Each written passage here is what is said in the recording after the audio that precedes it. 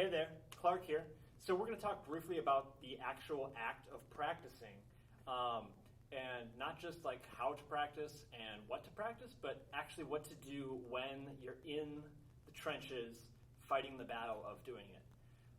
And I've often found myself running into roadblocks in my own practice session where I can't play a rhythm, where I can't get something to work, and it's very helpful to have strategies to go after that. So here's what we're going to do. I'm going to use my own example of something that I'm playing. And this is an Afro-Cuban, it's more Cuban salsa music, rhythms. I'm going to play that, and I'm going to use it as an example of how I use this when I practice. So this isn't something I'm like faking. When I screw up, I'm going to screw up, and you're going to see what happens.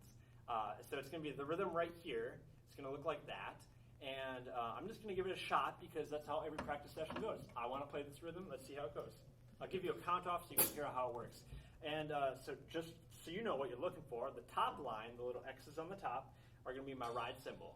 And that's actually playing cascara. The circle with an X is my left hand on the snare drum, and it's playing a rim shot. Move this out of the way. I'm playing a rim shot right here. And I'm using both feet. My bass drum is the circle, the black circle on the bottom, and then the X's underneath the staff are my left foot.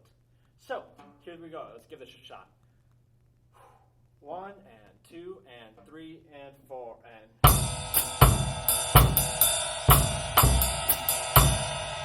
Okay, so let's break it down. I know that I did not play my feet correctly. I played the wrong bass drum rhythm. Other than that, some things worked. So when things don't work, like I play the bass drum pattern wrong, the first thing you should always do, no matter what you're doing, is slow down a little bit. In general, that'll help you. So the first thing you want to do is slow down if it doesn't work. And this is the duct tape of practicing. It will work for 99% of the time, or 90-ish% of the time, and it'll help you. So here we go. I'm going to just do this slower, and we'll see what happens. 1 and 2 and 3 and 4 and...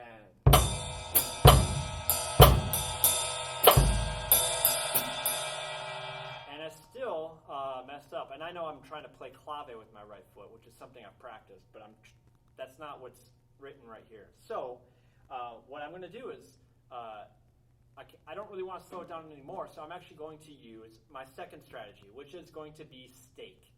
So if you are at all like me, you enjoy steak, even though it's not great for the environment and, cows. But steak, when you eat steak, you need to do what? Cut it up, right? So you need to cut the steak, otherwise you're going to choke on it, right?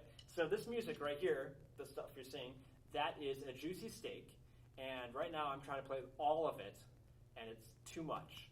So I need to cut it up, and the way I'm going to cut it up is by actually physically cutting it in half. So I'm going to do one measure at a time. And it's important when you do steak as a breakdown method that you have a goal in mind. I'm going to make it to the downbeat of the second measure, for instance. And if that's your goal, then you need to stick to it and not keep going if you got it right. So my goal, steak-wise, is to break this down to one measure. The first measure. Here we go. 1, 2 and 3 and 4 and... And I did that correctly, but that wasn't actually the issue. The issue was the second half. So we're going to only play the second half of this pattern. Let's try that. 1, 2, 3 and 4 and... And I didn't do that right at all. Let's try it one more time, a little slower. 1 and 2 and 3 and 4 and... And that's just not working. So I need to do a smaller segment. The steak is still too big. So I'm going to do just until beat 2 of the second measure. 3, 4. That wasn't quite right. I added a ride cymbal note. I'll make sure I do it right. 2, 3, 4. There we go. Bass drum on its own at the end. Now I'm going to add to that. I'll add beat 3 now. Nope. Added that ride cymbal again. Back up. Do beat 2. Again. Now let's add beat 3. I'm getting excited. I'm trying to add more things. So if I was actually doing this process right here of adding it, I would probably repeat that segment about 30 times, which would be about a minute, minute and a half, and before I add something else to it. The other way that we can do this, that's what I'm actually going to do, is the third part, which is juggling. And I know some of us can juggle multiple balls in the air. Right now, I'm juggling 4 technically. I'm playing my right hand on the ride, my left hand on snare, I'm playing my bass drum and my hi-hat. And so I'm doing 4 different things at the same time and different rhythms on each of them. So kind of more than 4. But for the sake of the argument of practicing, I can remove one of those 4. Now you might be asking, Mr. Clark, I'm not just playing drum set. I'm playing marimba, I'm playing clarinet, I'm playing some other wind instrument. And I would argue that you're also juggling. You're doing pitches, whether it's on a keyboard, playing mallets, or fingerings. You're doing airflow if you're a wind player. You're using your tongue if you're a wind player for articulations. And you're having to think about tuning, slurs, all of these things. And the way juggling works is you just let some of that go. So instead of trying to articulate every single 16th note in that flute line, just slur the whole thing, make sure your fingers are moving in time, or take your breath out of the equation at all, totally, and just play your fingers. Click, click, click, click, click, click, click, click, right? Get through that pattern. And then when you add everything back in, it'll be easier. So what this looks like for percussion on drum set, for me specifically, I'm going to work on just the right and left hand and do that a few times of the second measure. So you can combine stake and juggling to only do small sections and less instruments. Here's the second measure of just my hands. 3, 4. And I'll do that a few more times.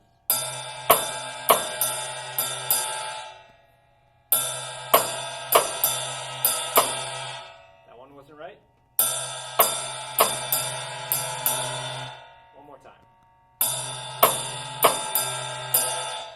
Now, with juggling, what I'm going to do is add another thing in. So, for instance, I'm going to add the hi-hat on 2 and 4 now. So,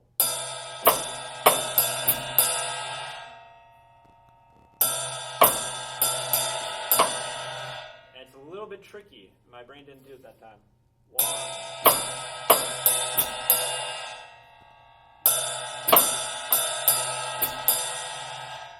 A little bit slower, Clark.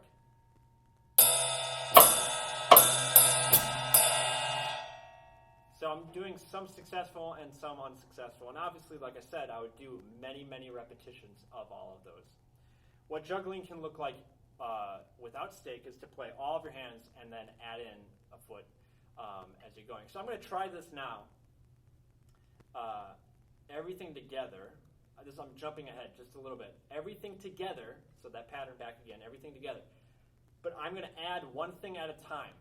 And so I'm going to keep my hands going, just like riding a bike. They're just going to keep going. And I'm just going to throw a pebble in my way, or a stick or something. It's going to be my hi-hat. And that's going to kind of throw me off balance, but I'm going to try to come back together. And then eventually, hopefully, I'll even out, and I'll be able to add something else, my bass drum, into the equation. So here we go. I'm going to juggle, adding one ball at a time. This is from the beginning.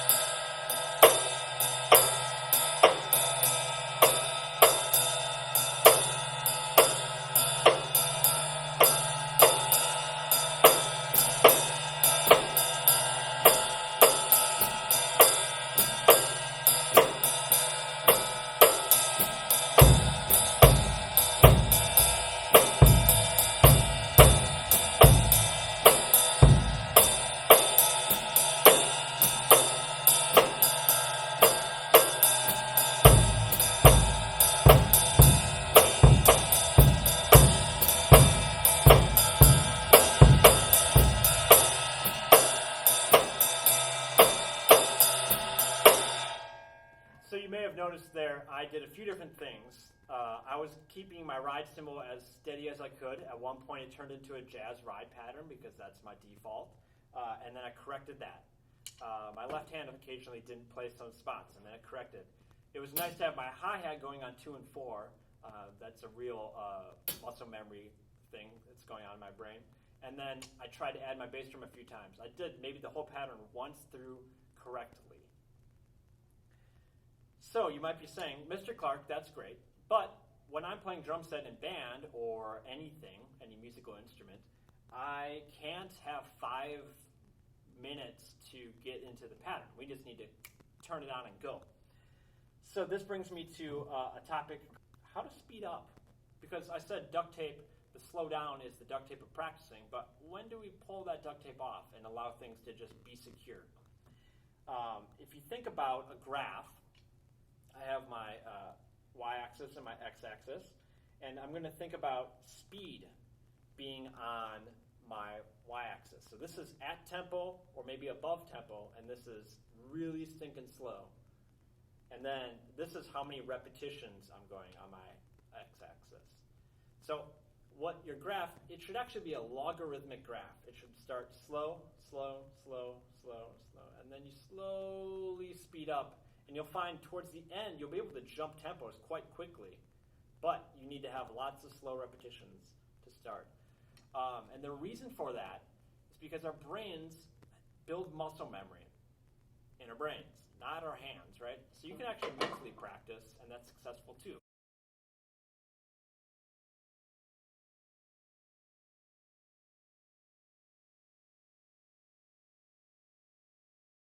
Yeah.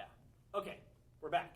So if you have your performance level being very bad and amazing, and you have the number of repetitions again on the bottom, what you want to see with regression of the mean is you want to have a lot of good repetitions up here. And the way he talks about this is cassettes, and you might not know what cassette tapes are.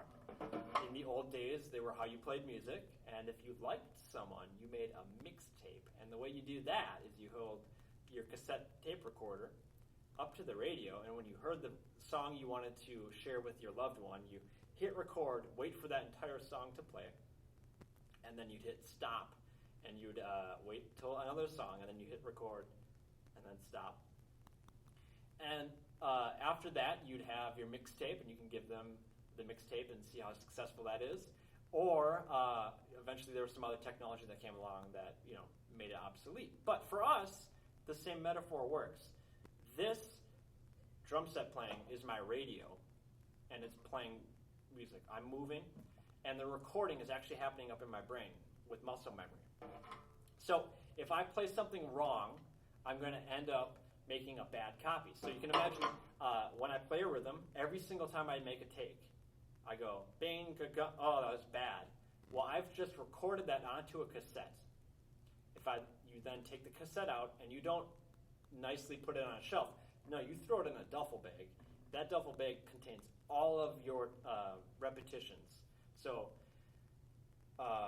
when it comes time to perform, you're not going to pull out a good one. What's going to happen is you're going to stick your hand blindly in, and you're just going to rummage around there, and you're going to pull out one, stick it in the player, and hit play. And it's possible it could be one of the very first mistakes that you've ever made on that section, or it could be the best possible one. But chances are it's going to be somewhere in the middle.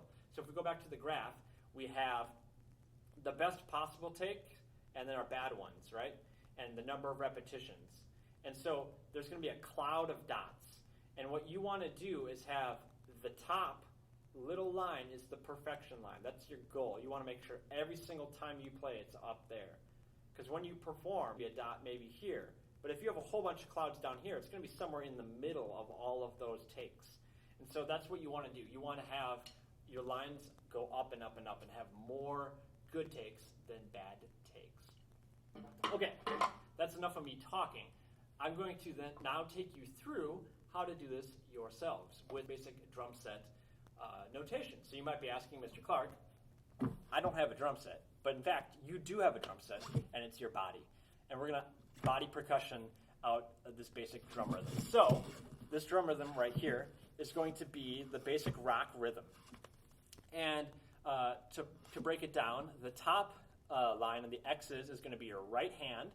on your left shoulder. The snare drum line, the dots in the middle, that's going to be your left hand on your right leg. So we're crossing over as if we're playing on a drum set like that. Your right foot is going to play the bass drum pattern. And what you're going to do is you're going to think about your foot on the heel, the heel stays in contact with the ground, and you're just going to snap your foot forward like that. And I want that nice and loud. You should feel your leg muscles working. I'm going to use the strategies that we just learned, right? So let's try it. We're going to try it, see how it goes. If this works well for you, then you should go learn some Afro-Cuban rhythms and talk to me if you don't really know what those are. I can help you out. So here we go. 1 and 2 and ready and go. And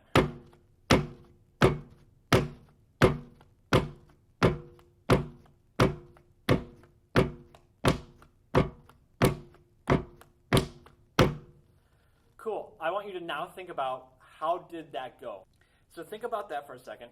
And now I want you to apply one of the 3 tactics. Slowing down, stake, or juggling. Okay, pause the video right now and try one of those tactics. I'll wait. Okay, we're back. So I want you to try again. We're going to try again. And I hope the first thing that you did was slowing it down. And maybe that helped. If it didn't help, then we need to go to the next 2. Apply, stake, and juggling to it. Add one foot, take your feet out, do just your hands. Sometimes that's hard enough. Sometimes for me that's hard enough. Do that, and then add your foot in a little bit at a time. And keep going.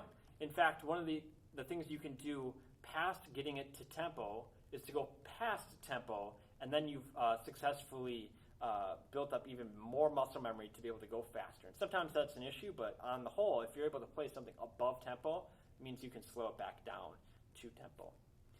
So I hope that has been helpful. I'll be talking more about some other aspects of practicing and specific to percussion, but I'll see you in the future. Take care.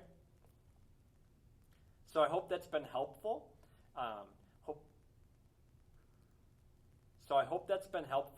You can apply this to anything you want. Music, math class, science, relationships. Anytime you have more time or you can break it apart in some fashion to understand it and build it back up, it's going to be more effective, and you're going to learn more and have more fun and be successful. So have fun applying those to everything in life, and I'll see you in the future. Bye.